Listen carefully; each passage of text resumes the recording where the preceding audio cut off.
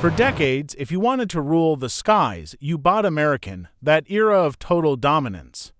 It's over, right now. A crazy new arms race for air control is happening in top-secret labs.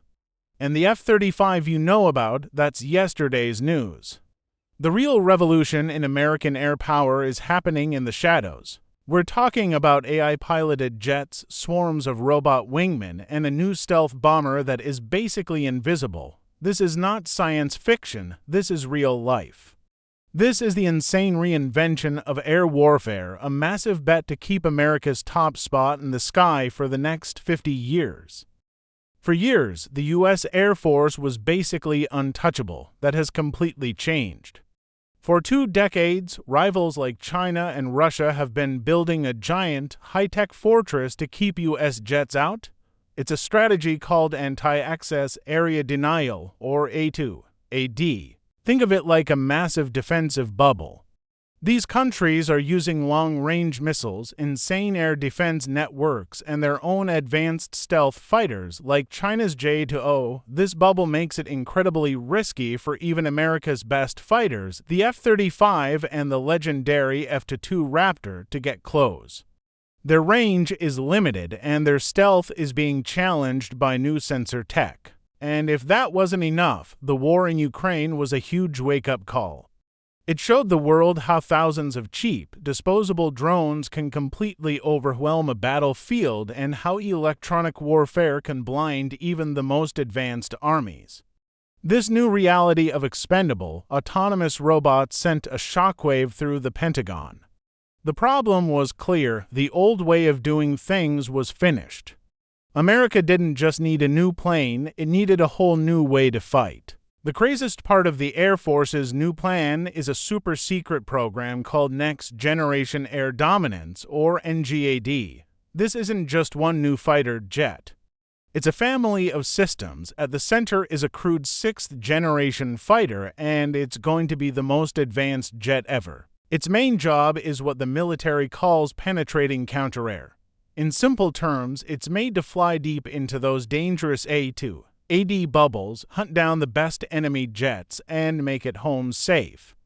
To do this, it's being designed for two insane things: extreme long range, which is perfect for the massive distances in the Pacific, and a completely new level of stealth. The goals are huge. This jet is expected to have futuristic variable cycle engines, letting it supercruise, flying faster than sound without guzzling fuel.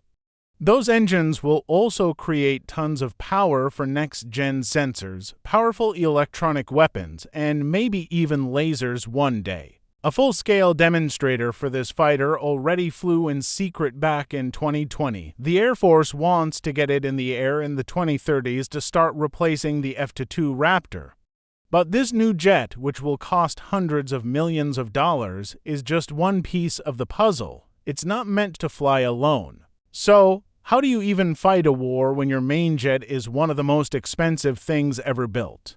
The answer: you don't just build an air force of those jets, you build a team. Meet the Collaborative Combat Aircraft, or CCAs. These are robot jets with no pilot, super smart AI, and they're designed to be loyal wingmen for the crewed fighters.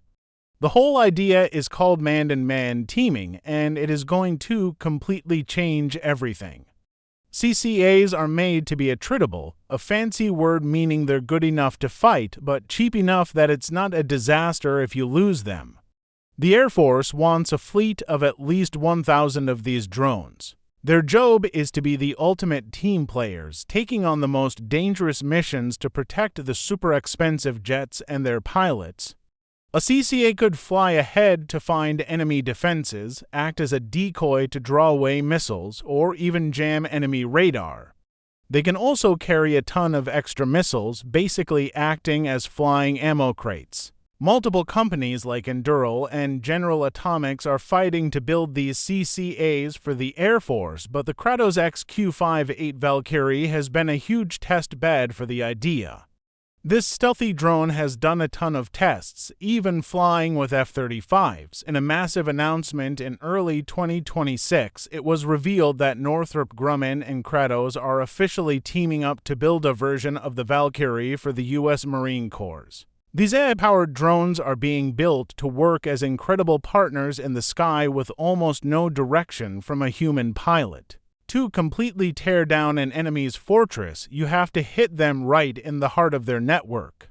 You need a plane that can sneak past every single sensor and threaten any target on Earth. That is the job of the B-21 Raider. Made by Northrop Grumman, the B-21 is America's brand new stealth bomber, and many are calling it the world's first sixth-generation aircraft to ever enter production.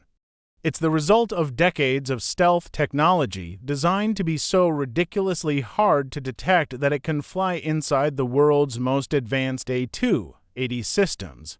Its insane flying wing shape has almost no sharp edges for radar to bounce off of, and its special skin and electronic attack systems help it stay a ghost in the machine. Its exact range is a secret, but it's built to fly across continents.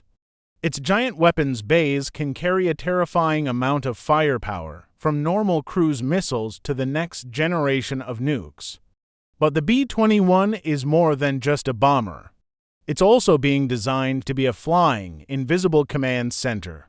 One of its future jobs could be to use its insane sensors to gather intel deep in enemy territory and help coordinate the attack for everyone else, all while staying completely hidden. The B-21 had its first flight in November 2023 and is now in early production and flight testing. The Air Force plans to buy at least 100 Raiders, and the first ones could be ready to go around 2027. So, we have a 6th-gen stealth fighter, AI robot wingman, and an invisible bomber. The real revolution isn't just one of these things. It's how they all work together as one giant, AI-powered system of systems. Today's air combat is flooded with data from thousands of radars, satellites, and sensors. No human pilot can possibly track all of it. This is where AI becomes the brain of the entire operation. The dream is for AI to take this flood of data and create a perfectly clear, real-time picture of the battle. It would help tell drone swarms where to go, find and prioritize targets, and even predict what the enemy will do before they do it. This creates something called distributed control, where robot planes like CCAs can be given a mission and have the freedom to figure out how to do it on their own, reacting to threats faster than any human ever could. Just imagine how a future battle could happen. In Phase 1, B-21s and NGOD fighters sneak into enemy airspace, not to attack, but to just listen and map out the battlefield.